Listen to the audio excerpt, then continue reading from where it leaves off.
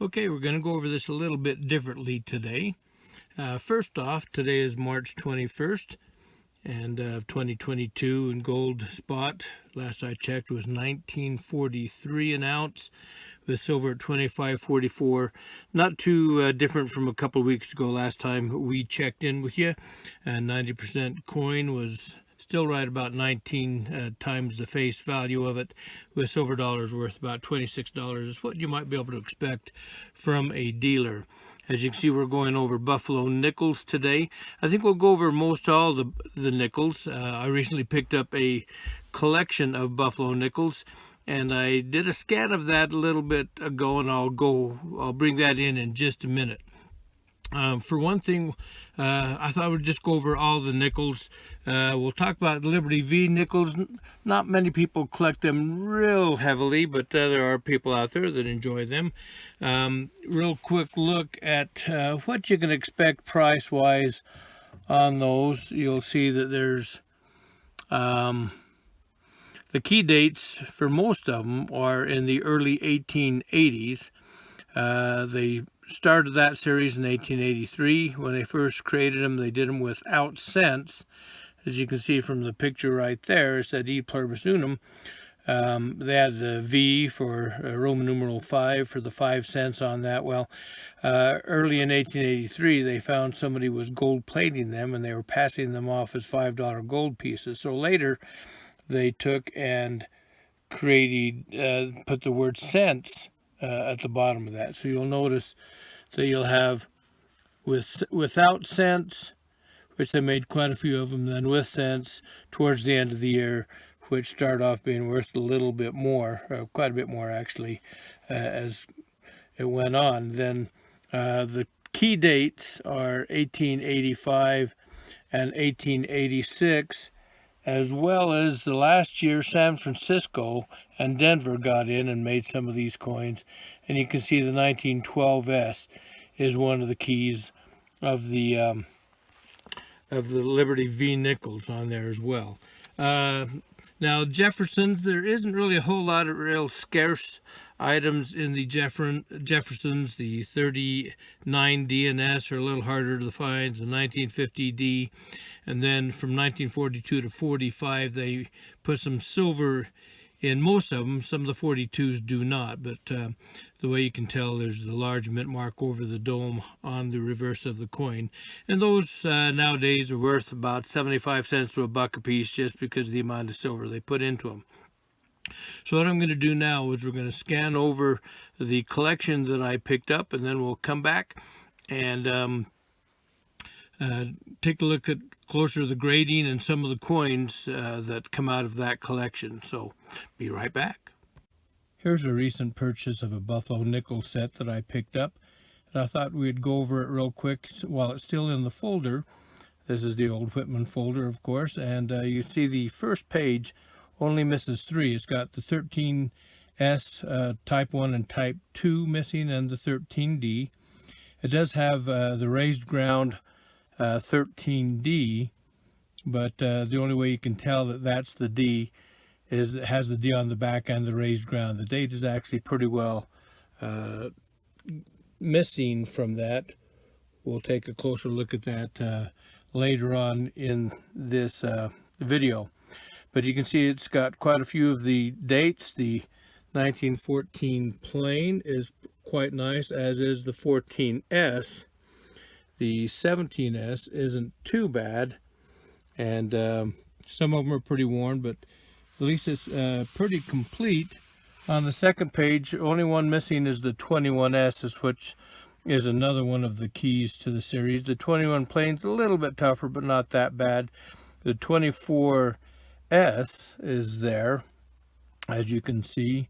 The 25D is one of the better dates in the series there as well.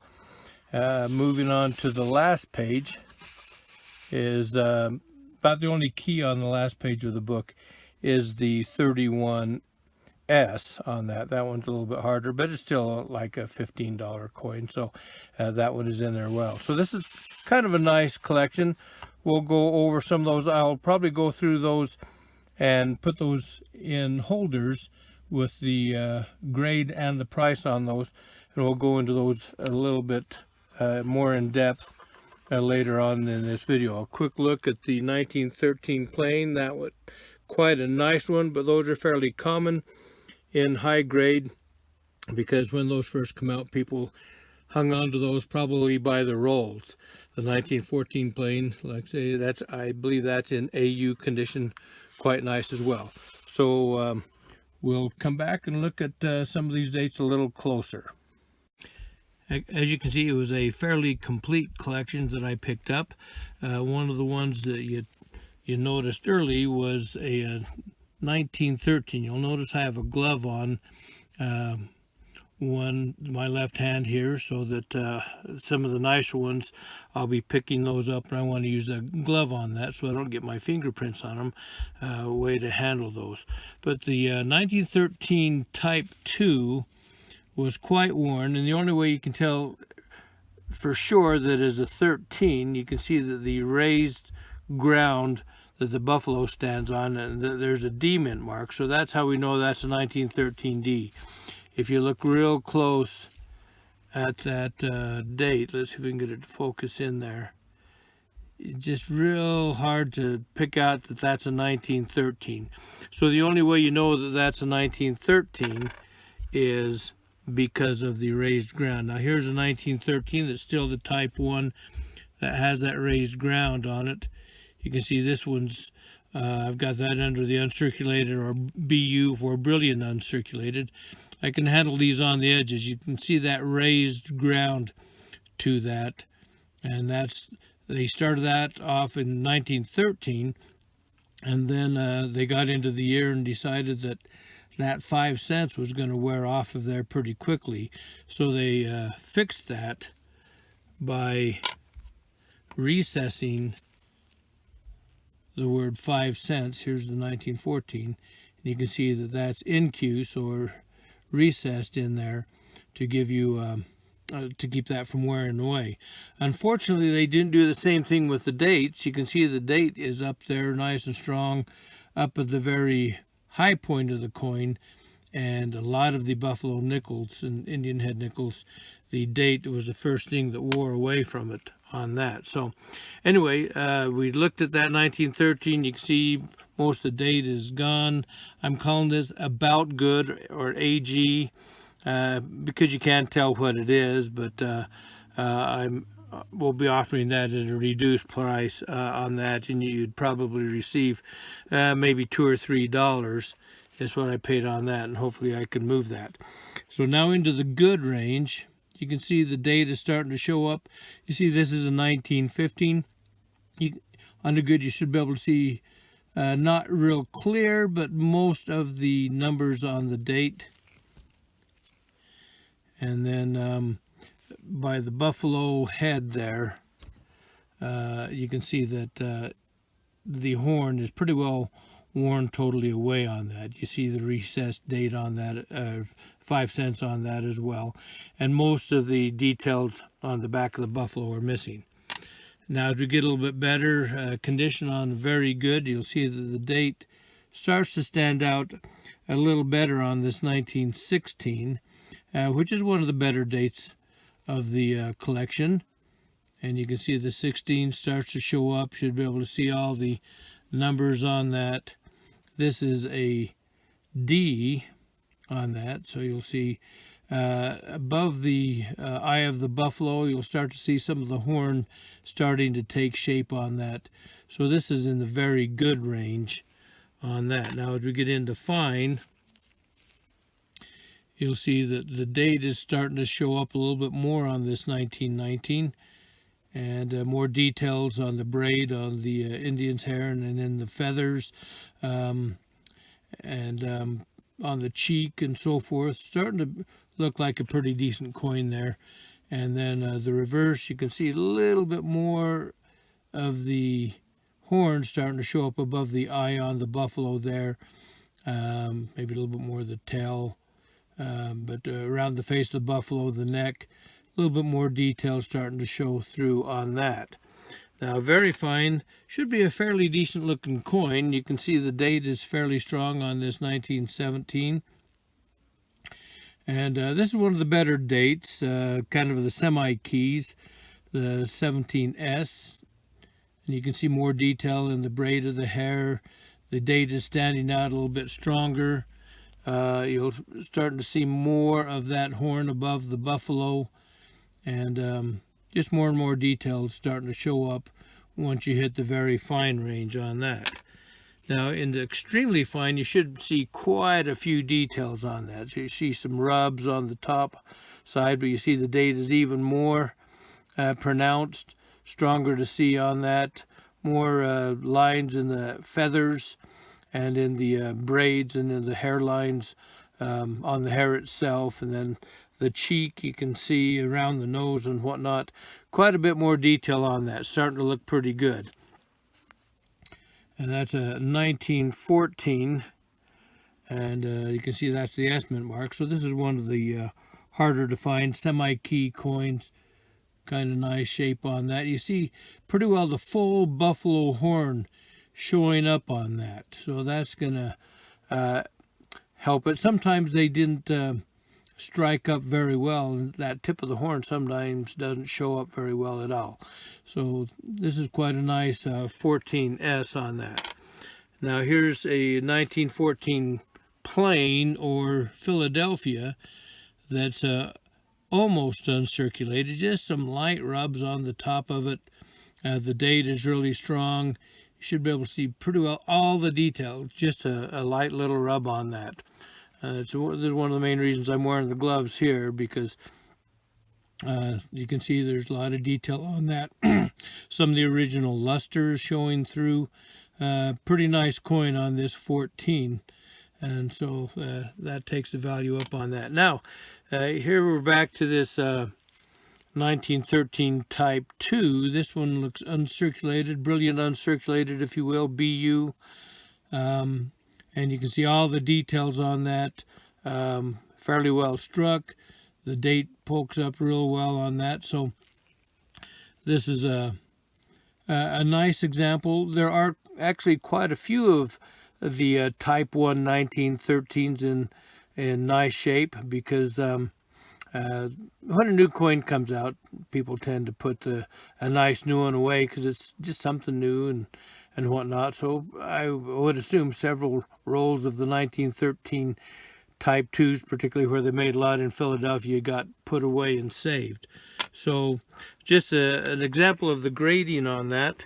Down here I've gone through some of the key dates. The 13S, particularly the Type 2, is one of the keys, as you can see, in good shape. These are prices you could probably expect to receive. Right around $150 in good shape, similar to that one there. Very fine, it jumps up to $275, and uncirculated $550. So probably quite a few of those got put away, because you'll see some of these other dates that got spent a lot, like even the 26S in uncirculated hits. You should be able to realize about $2,700–2,800 out of that. The 14D is one of the better dates. Starts off in good, about 55. Very fine, 110, 290. As you can see, the 15S, a little bit better. Starts off low, but ends up pretty good.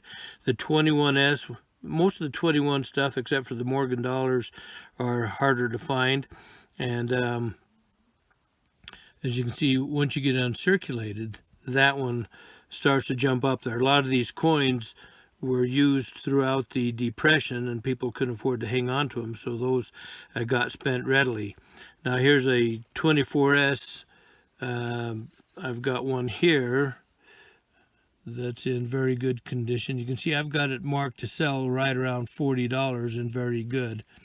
And then gives you an idea as the grading on that. But if this were to be a nicer coin, you can see it jumps up to 200 in very fine condition, and 1,500 into the uncirculated area. Here's the 26S. Mine is also very good that I pulled out of that collection. And you can see the dates fairly weak, but you can see all the letters or numbers on that as well. And then the S, I think, was a little iffy on that. No, actually, it was the 25D that was a little bit hard to tell. So the mint marks sometimes get messed up a little bit on those. It's hard to tell exactly what they are. But the 26S, you can see this jumps up to very fine, and you think, oh, it's not that great a coin. But once you get uncirculated, there's not very many of them around. So here's the 25D, just a semi-key. The date's a little weak on that. And the mint mark, I think, like I mentioned, is just hard to tell what you have there. In the 30s, about the only key on that is the 31S. I can see the very fine, pretty nice one, but still $19. Harder to find, but not that hard to find. And then in the collection was a pretty nice 36S, almost uncirculated. That one would retail for about $25. You could probably expect to get about 12 to 15 from a dealer, depending on how many he has. That's kind of one of the keys, is if you're selling them to a dealer that has quite a few of that date in stock and in that condition, he may not be as willing to pay for another one to add to his bulk of those. So it'll vary from there. Now, in this collection, there's several double dates and or over dates. The 18/17D is one of the scarcer varieties. Then there's also the three-legged buffalo on the 37D. Is it 37D?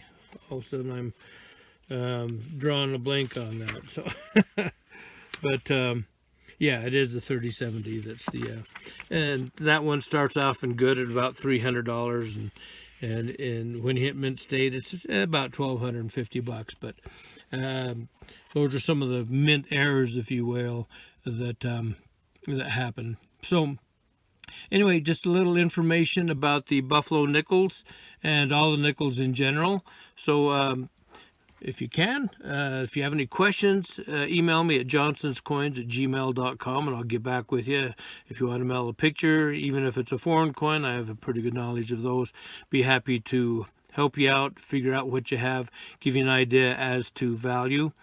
And be sure to subscribe to these. I'll keep going with these. We'll probably go into the Mercury Head Dimes on our next time around. We'll be going to a coin show in early April in Layton, Utah, at the Davis Convention Center. So if you want to stop by and say hello there, be happy to look at some coins if you have something you'd like to have looked at, and we can go from there. So anyway, Barry Johnson here from Johnson's Coins. We'll talk to you soon.